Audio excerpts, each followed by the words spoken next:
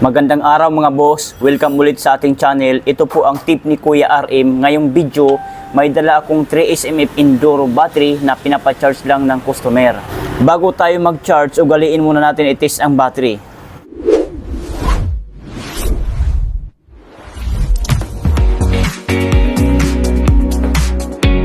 Pero mga boss, nagulat talaga ako, hindi nagto-turn on ang battery analyzer.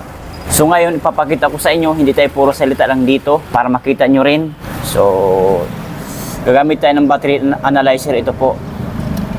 So, kakabit naman natin itong kulay pula. Itong kulay pula, dito natin kakabit sa plus sign ha. Pero wag po dyan ha, wag dyan.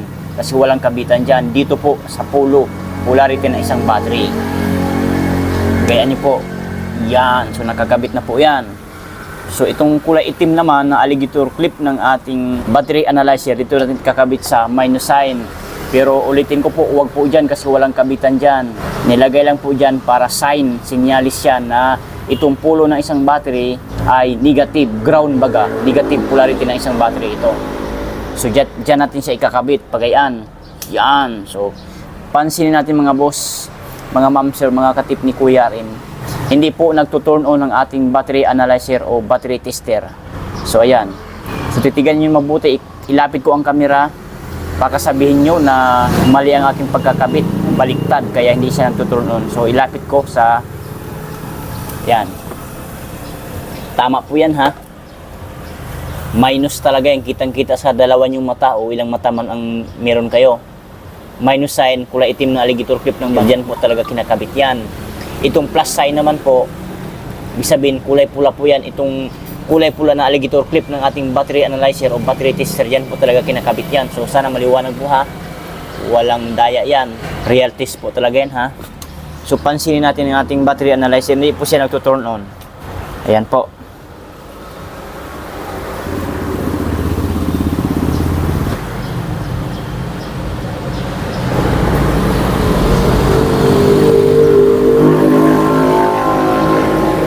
Hindi po siya nagtuturn on mga boss ha.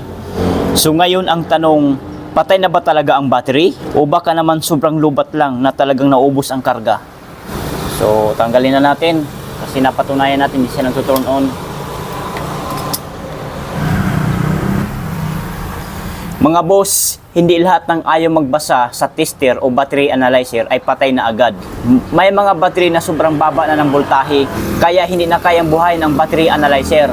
Mukhang patay pero may kunting pag-asa pa. Kaya ang gagawin natin, i-charge muna natin ito ng ilang oras para makita kung babalik ang voltahe, tatanggap pa ng karga at kung mag-on pa ang battery analyzer. Pagkatapos ng charging, after charging, i-test ulit natin para malaman kung okay pa ba o palit na talaga. So ngayon mga boss, mga katip ni Kuya RM, atin na siyang i-charge gamit itong ating battery charger na yan. Kuhanin lamang natin. Yan.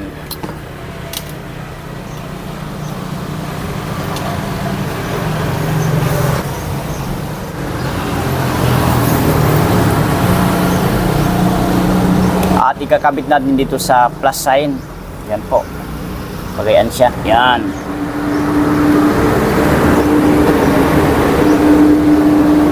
Dito naman sa minus sign, sa negative.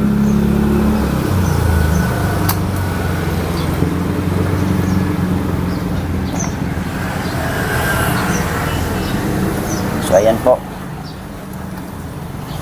So nakakabit na po siya. So isaksak na natin yung kanyang unplug are dito. Yan. So ayan, nakakabit na po yan. So atin na siyang ito-turn on ito. Pero bago ko i-turn on, mabilisan lang na paliwanag, explanation.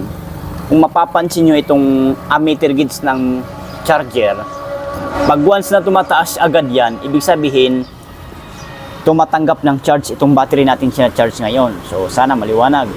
Pero, may pero tayo ha. Kung hindi po ito tumataas, ang ammeter gauge ng battery charger, kung hindi yan tumataas, mananatili pa rin dyan sa 0, ayaw tumaas, nasa 0 pa rin. Ibig sabihin lang yan ay, hindi na tumatanggap ng charge itong battery natin sina-charge ngayon. So, sana maliwanag po. Okay? So titigan ng mabuti, huwag kukurap. Kung pansinin natin mga boss, mga ma'am, sir, mga katip ni Kuya RM, so tumaas kaagad ang ammeter gauge ng battery charger. So ibig sabihin, tumatanggap pa pala ng charge itong battery nito. So sana lang tama ang ating hinala na ito ay lubat lang, sobrang ubos ang laman. Okay? So ngayon, oorasan natin, i-observe natin kung ilang oras ito mapupull charge. Hindi natin titigilan to hanggat hindi mapupull charge. So maaga pa naman nating oras ngayon ay alas 8:53. 7 minutes pa naman bago mag-alas 9. So ipupull charge natin ito hanggang gabi na po. Hating gabi o mas maganda bukas na natin tatanggalin para punong-puno talaga. Pero nakadepende, imo-monitor ko lang. Kasi itong battery charger na ito ay hindi naman po ito kalakasan. Sakto lang naman siya. Hindi katulad sa isang charger na ito talaga ang pangmalakasan na charger. Ayan. So yan, regular lang po yan. Regular lang po yan, hindi siya mahina, hindi malakas. Nasa katamtaman lang. So, ayan ang ating battery. So, standby lang po muna kayo at hindi pa dito nagtatapos ang ating laban. Sana lang magkaka-recover ang battery nito. So, hindi pa dito nagtatapos. Ito ay may karugtong pa po.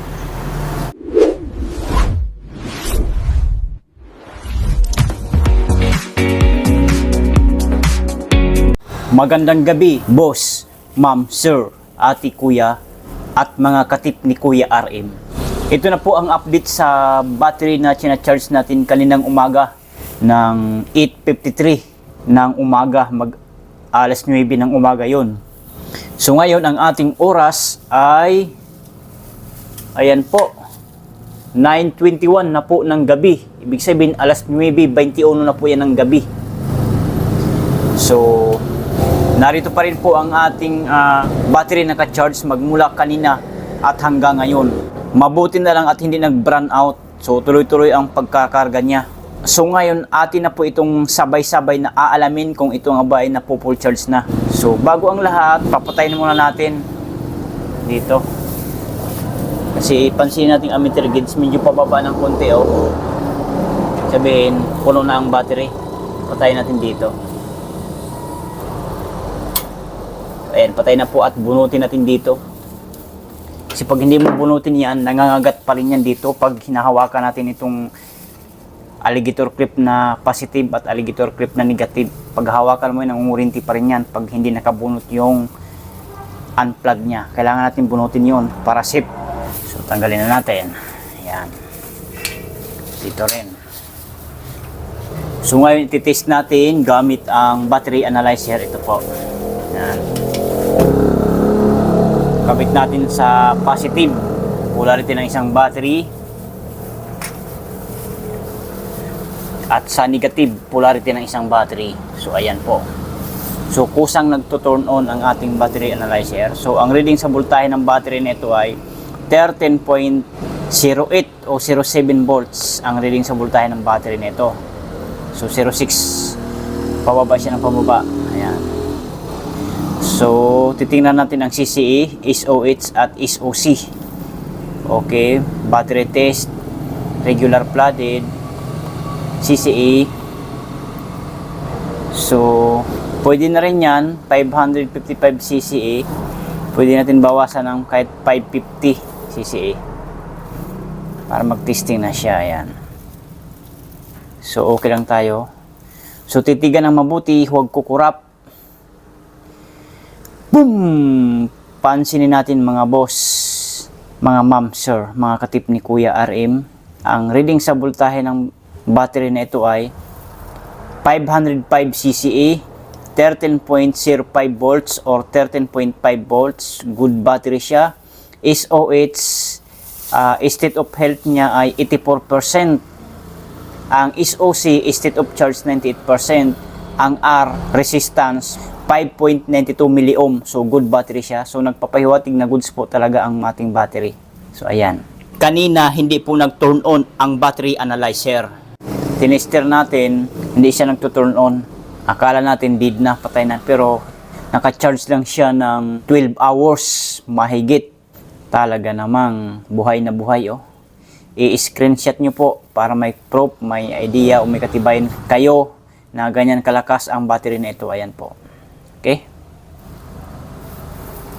Mga boss, ang aral dito, huwag basta husga, huwag basta itapon. I-test muna ng tama bago magdesisyon. Kung may natutunan kayo, i-like, mag-comment at mag-subscribe na sa tip ni Kuya RM para sa tamang kaalaman sa battery. Tanggalin na natin yan. Ayan.